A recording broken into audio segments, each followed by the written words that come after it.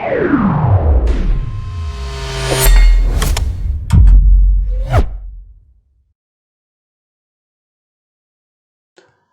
കൂട്ടുകാരെ, നമ്മൾ ഇന്നത്തെ ക്ലാസ്സിൽ പറയുന്നത് 6ാം ക്ലാസ്സിലെ മലയാളം അടിസ്ഥാന പാഠാവലിയിലെ 1ാമത്തെ അധ്യായത്തിലെ 3ാമത്തെ പാഠമായ വേഗമുറങ്ങൂ എന്ന് പറയുന്ന സച്ചിദാനന്ദൻ കവിയുടെ ഒരു കവിതയാണ്.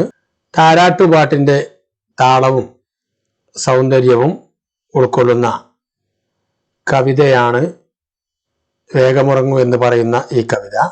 എല്ലാവർക്കും അമ്മയായ പ്രകൃതി മക്കൾക്കായി താരാട്ടുപാടുകയാണ് ഈ കവിതയിൽ. പ്രകൃതിയുടെ സ്നേഹഭാവം ഈ കവിതയിലൂടെ നമുക്ക് അനുഭവിക്കാൻ കഴിയുന്നുണ്ട്. നമ്മൾ ഇന്ന് പരിശോധിക്കുന്നത് ഇതിലെ ടെക്സ്റ്റ് ബുക്ക് പ്രവർത്തനങ്ങളാണ്. ഈ പാഠഭാഗത്തെ ടെക്സ്റ്റ് ബുക്ക് പ്രവർത്തനങ്ങളാണ് നമ്മളിന്ന് പരിശോധിക്കുന്നത്. നമുക്ക് 1ാമത്തെ പ്രവർത്തനം വായിക്കാം. ഈണത്തിൽ വായിക്കാം എന്നാണ്. ഈ കവിത ഈണത്തിൽ വായിക്കൂ എന്നാണ് പറഞ്ഞിരിക്കുന്നത്. ഈ കവിതയുടെ ഈണം എന്ന് പറഞ്ഞാൽ സംഘമായി ചേർന്ന് ചൊല്ലി താരാട്ടുപാട്ടിന്റെ ഈണത്തിലാണ് ഇത് ചൊല്ലാൻ നിങ്ങൾ ശ്രമിക്കേണ്ടത്. ഓമനത്തിങ്കൾ കിടാവോ എന്ന് പറയുന്ന താരാട്ടുപാട്ടുണ്ടല്ലോ, ആ രീതിയിൽ തന്നെ പാടാൻ വേണ്ടി നിങ്ങൾ ശ്രമിക്കണം. വേറെയും ഈണം സൗകര്യത്തിനനുസരിച്ച് നിങ്ങൾക്ക് ഉപയോഗിച്ച് നോക്കാം. ഇനി അടുത്ത പ്രവർത്തനം കണ്ടെത്താൻ പറയാമെന്ന് പറയുന്ന ഈ പ്രവർത്തനമാണ്. 1ാമത്തെ ചോദ്യം, രാത്രിയുടെ വരവിനെ കവി എങ്ങനെയാണ് ആവിഷ്കരിച്ചിരിക്കുന്നത് എന്നാണ്. രാത്രിയുടെ വരവിനെ കവിതയിൽ കവി എങ്ങനെയാണ് ആവിഷ്കരിച്ചിരിക്കുന്നത്? ആ കവിതാഭാഗത്ത് പറയുന്നുണ്ട് ആദ്യത്തെ തന്നെ, കൊന്നപ്പൂവിന്റെ നിറത്തിൽ വെയിൽ ചായുമ്പോൾ ചന്ദ്രനാകുന്ന സ്വർണത്തിടമ്പേൽ കൊണ്ട് രാത്രിയാകുന്ന കറുത്ത കൊമ്പൻ എത്തുന്നു എന്നാണ് പറഞ്ഞിരിക്കുന്നത്. ഇങ്ങനെയാണ് രാത്രിയുടെ വരവിനെ ഈ കവിതയിൽ ആവിഷ്കരിച്ചിരിക്കുന്നത്. 2ാമത്തെ ചോദ്യം, രാത്രിയിൽ പ്രകൃതിയിൽ ഉണ്ടാകുന്ന മാറ്റങ്ങൾ എന്തെല്ലാം എന്നാണ്.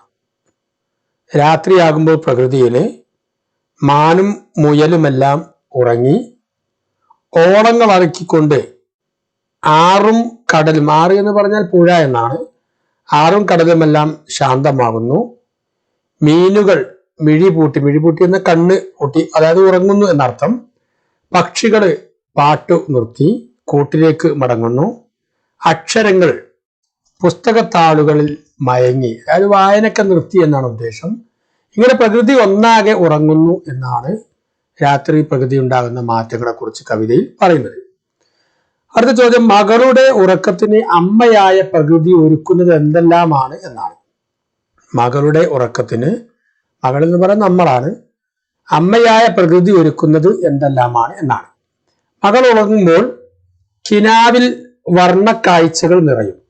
നമ്മളെല്ലാവർക്കും സംഭവിക്കുന്ന ഒരു സംഭവമാണ്. കിനാവിൽ വർണ്ണക്കാഴ്ചകൾ നിറയുന്നു. അവിടെ യുദ്ധക്കളങ്ങൾ പോലും പൂക്കളമായി മാറുന്നു എന്നാണ് കവിതയിൽ പറയുന്നത്.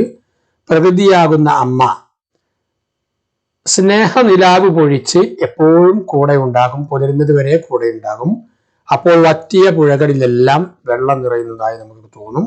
ഉണങ്ങിയ കാടുകളെ തളിരണിയിക്കും, അതായത് പൂക്കൾ വിരിയിക്കും. കാണാച്ചെണ്ടയുടെ താളം പോലെ ചാറ്റൽ മഴ പെയ്യിച്ചുമെല്ലാം അമ്മ മക്കൾക്ക് നല്ല ഉറക്കം സമ്മാനിക്കും.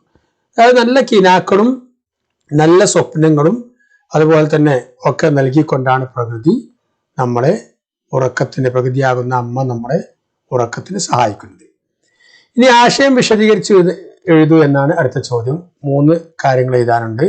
ഒന്ന്, പൂക്കളമാകുന്ന പൂർക്കളം എന്നാണ്. ഇതിന്റെ ആശയം എന്താണ് എന്നാണ് ചോദിച്ചിരിക്കുന്നത്. ഉറങ്ങുമ്പോൾ നല്ല സ്വപ്നങ്ങൾ കാണുന്നു. സ്വപ്നത്തിൽ എല്ലാം മനോഹരമായിരിക്കും. യുദ്ധഭൂമി പോലും സ്വപ്നത്തിൽ പൂക്കളമായി മാറുന്നു.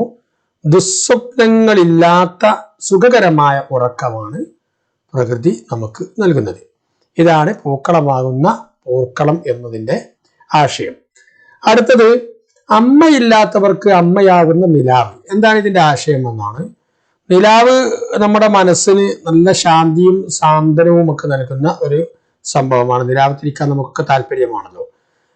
അതുപോലെയാണ് അമ്മയുടെ സാമീപ്യവും. അമ്മയുണ്ടാകുമ്പോൾ നമുക്ക് നല്ല ശാന്തിയും സമാധാനവും ലഭിക്കും.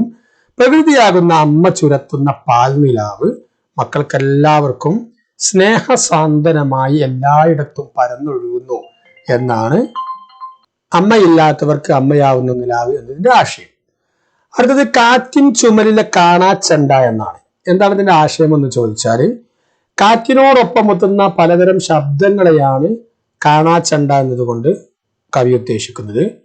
അതായത് മഴത്തുള്ളികൾ വീണുടയുന്നതും മരച്ചില്ലകൾ കാറ്റത്ത് ഉലയുന്നതും അതിലുണ്ടാകുന്ന ശീൽക്കാര ശബ്ദവുമെല്ലാം ചേർന്ന് നല്ലൊരു വാദ്യഘോഷമാവുകയാണ് ഇവിടെ ചെയ്യുന്നത്. കാറ്റ് അങ്ങനെയാണ് കാണാച്ചണ്ട, കാറ്റിൻ ചുമലിലെ കാണാച്ചണ്ട എന്നതിന്റെ ആശയമായിട്ട് നമുക്ക് എഴുതാൻ കഴിയുക.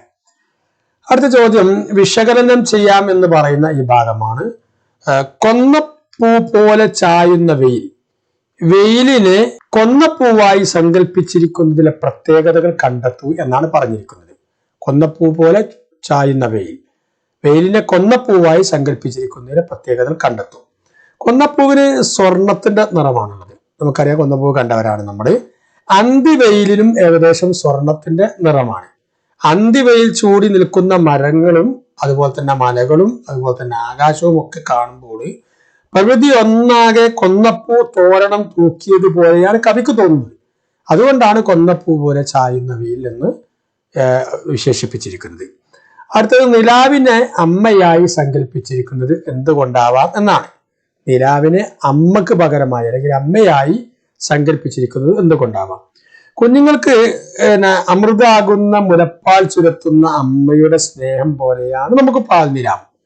പാൽനിലാവ് അനുഭവപ്പെടുന്നത് വല്ലാത്തൊരു സാന്ത്വനവും സമാധാനവുമാണ്. അത് പ്രപഞ്ചം ഒന്നാകെ ഇങ്ങനെ പരന്ന് ഒഴുകുകയാണ്. അമ്മയുടെ മാറോടണഞ്ഞ് അമ്മിഞ്ഞപ്പാൽ നുകരുന്ന കുഞ്ഞിനുണ്ടാകുന്ന ഒരു തരം ആത്മനിർവൃതിയും സ്നേഹക്കുളിരുമാണ് നിലാവ് വരുന്ന പ്രകൃതിയിൽ ലയിച്ചിരിക്കുന്ന എല്ലാവർക്കും ആ സമയത്ത് അനുഭവപ്പെടുന്നത്. അതുകൊണ്ടൊക്കെയാണ് നിലാവിനെ അമ്മയായി സങ്കല്പിച്ചിരിക്കുന്നത് എന്ന് നമുക്ക് പറയാം. അടുത്തത് മകളുടെ ഉറക്കത്തിന് താരാട്ടുപാടാൻ പ്രകൃതി ആരെയെല്ലാമാണ് ചുമതലപ്പെടുത്തിയിരിക്കുന്നത്? ഇവരുടെ താരാട്ടുപാട്ടുകൾ എങ്ങനെ വ്യത്യാസപ്പെട്ടിരിക്കുന്നു? രണ്ട് ചോദ്യമാണുള്ളത്. അതിൽ ആദ്യത്തെ ചോദ്യം, മകളുടെ ഉറക്കത്തിന് താരാട്ടുപാടാൻ പ്രകൃതി ആരെയെല്ലാമാണ് ചുമതലപ്പെടുത്തിയിരിക്കുന്നത് എന്നതിന്റെ ഉത്തരം, രാവിന്റെ പൂമരമായി തിളങ്ങി നിൽക്കുന്ന താരജാലങ്ങളുടെ നിശബ്ദമായ താരാട്ട്, ആകാശത്തെ നക്ഷത്രങ്ങളുടെ താരാട്ടാണ് ഉദ്ദേശിക്കുന്നത്. ചാറ്റൽ മഴയുടെ ഇരമ്പം, അതുപോലെ തന്നെ കാറ്റിലുലയുന്ന മരച്ചില്ലകളുടെ താളം, ഇവയെല്ലാമാണ് കുഞ്ഞിന് ഉറങ്ങാൻ വേണ്ടി താരാട്ടുപാട്ടാകുന്നത്. ഈ സാധനങ്ങളൊക്കെയാണ്, ഈ വിശേഷിപ്പിച്ച സാധനങ്ങളൊക്കെയാണ്. ഇനി ഇവരുടെ താരാട്ടുപാട്ടുകൾ എങ്ങനെ വ്യത്യാസപ്പെട്ടിരിക്കുന്നു എന്ന രണ്ടാമത്തെ ചോദ്യത്തിന് ഉത്തരമായി നമുക്ക് എഴുതാൻ കഴിയുന്നത്, ഈ താരജാലങ്ങൾ, അതായത് ആകാശത്തുള്ള നക്ഷത്രജാലങ്ങളുടെ താരാട്ട് നിശബ്ദമായ താരാട്ടാണ്. അതേസമയത്ത് ചാറ്റൽ മഴയുടെ ഇരമ്പം എന്ന് പറയുന്നത് സംഗീത സാന്ദ്രമായ ഒരു തരം താരാട്ടാണ്. ഒരു ശബ്ദമുണ്ടാകും. പിന്നെ ഈ ചെറിയ ചെറിയ ശബ്ദങ്ങൾ, ചില്ലകളുടെ താളവും ഒക്കെ വാദ്യമേളങ്ങളോടാണ് അങ്ങനെയാണ് സൂചിപ്പിച്ചിരിക്കുന്നത്. അപ്പൊ ഇത്തരത്തിലുള്ള വ്യത്യാസങ്ങളാണ് ഓരോന്നിനും ഉള്ളത് എന്നർത്ഥം. ഇനി അടുത്തത്, നീ ഉറങ്ങുമ്പോൾ മകളെ ലോകം നീലമയിലിനെ പോലെ, ലോകത്തെ നീലമയിലായി സങ്കല്പിച്ചിരിക്കുന്നത് എന്തുകൊണ്ട് എന്നാണ് ചോദിച്ചിരിക്കുന്നത്. ചർച്ച ചെയ്യാനാണ് പറഞ്ഞിരിക്കുന്നത്. നമുക്ക് ഈ നിലാവ് പറഞ്ഞ രാത്രിയെയാണ് കവി നീലമയിലായിട്ട് ഇങ്ങനെ എന്ന് പറയുന്നത്. നീലിമയാർന്ന ആകാശവും അതുപോലെ തന്നെ പീലി വിടർത്തി നിൽക്കുന്ന മയിലിനെ പോലെയാണ് എന്ന് ഇവിടെ സങ്കല്പിച്ചിരിക്കുന്നത്.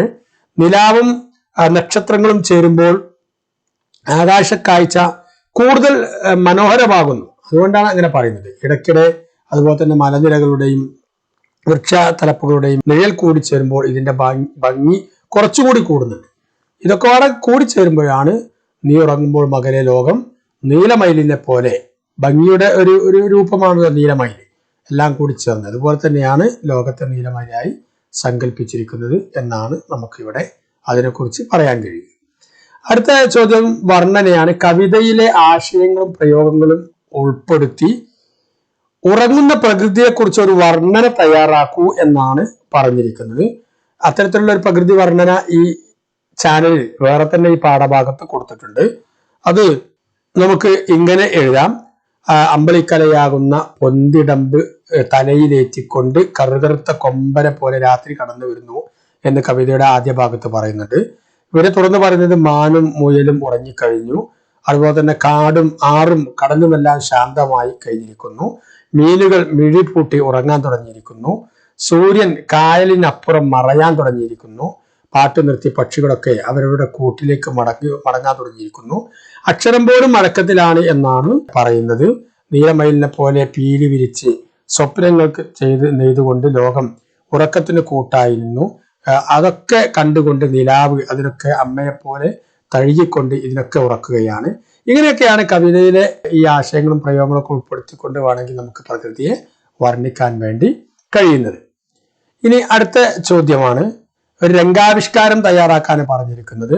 സംഘങ്ങളായി കവിതക്ക് ഈണം കണ്ടെത്തൂ, തുടർന്ന് ഒരു രംഗാവിഷ്കാരം തയ്യാറാക്കിയാലോ, പാഠഭാഗത്തെ ചിത്രം ശ്രദ്ധിച്ചല്ലോ, ഇനി എന്തെല്ലാം തയ്യാറെടുപ്പുകൾ വേണം, ആരെയെല്ലാം അവതരിപ്പിക്കണം. ഇതിൽ പറയുന്ന കുറച്ച് കാര്യങ്ങളുണ്ട്.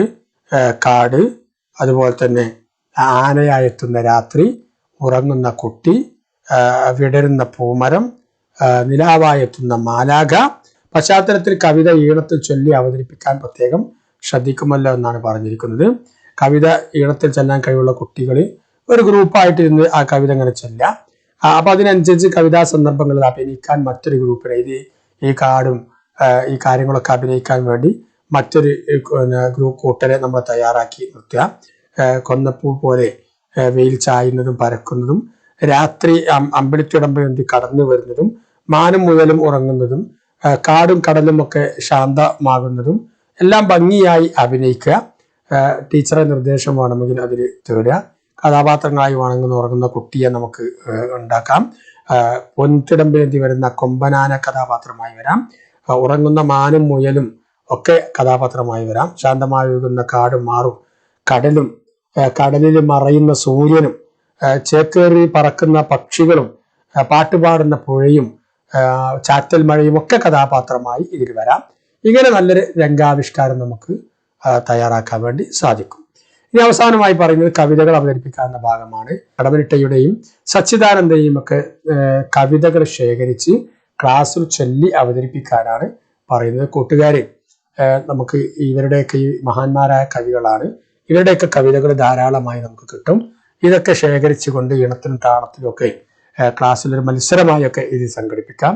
ഇങ്ങനെ നമുക്ക് ഈ വേഗം ഉറങ്ങൂ എന്ന് പറയുന്ന പാഠഭാഗത്തെ പ്രവർത്തനങ്ങൾ നമുക്ക് ചെയ്യാം. ഇതിലും വിശദമായും ഒക്കെ നിങ്ങൾക്ക് ചെയ്യാൻ കഴിയും. ടീച്ചറുടെ അഭിപ്രായങ്ങൾ തേടിക്കൊണ്ട് നിങ്ങൾ ഈ പാഠഭാഗത്തെ പ്രവർത്തനങ്ങൾ മനോഹരമായി പൂർത്തിയാക്കുക. കൂട്ടുകാരെ, നിങ്ങൾക്ക് എൻ്റെ ഈ അറിവ് ഉപകാരപ്പെട്ടെങ്കിൽ നിങ്ങൾ ഈ ചാനൽ സബ്സ്ക്രൈബ് ചെയ്യുക. നിങ്ങളുടെ കൂട്ടുകാർക്ക് വേണ്ടി ഈ ചാനൽ പരിചയപ്പെടുത്തി കൊടുക്കുക, ഷെയർ ചെയ്ത് നൽകുകയും ചെയ്യുക. ഇത്തരത്തിലുള്ള ഈ അടിസ്ഥാന പാഠാവലിയിലും മറ്റ് പാഠഭാഗങ്ങളിലൊക്കെ പഠന പ്രവർത്തനങ്ങളുമായി നമുക്ക് വീണ്ടും കാണാം. അതുവരെ ബൈ ബൈ.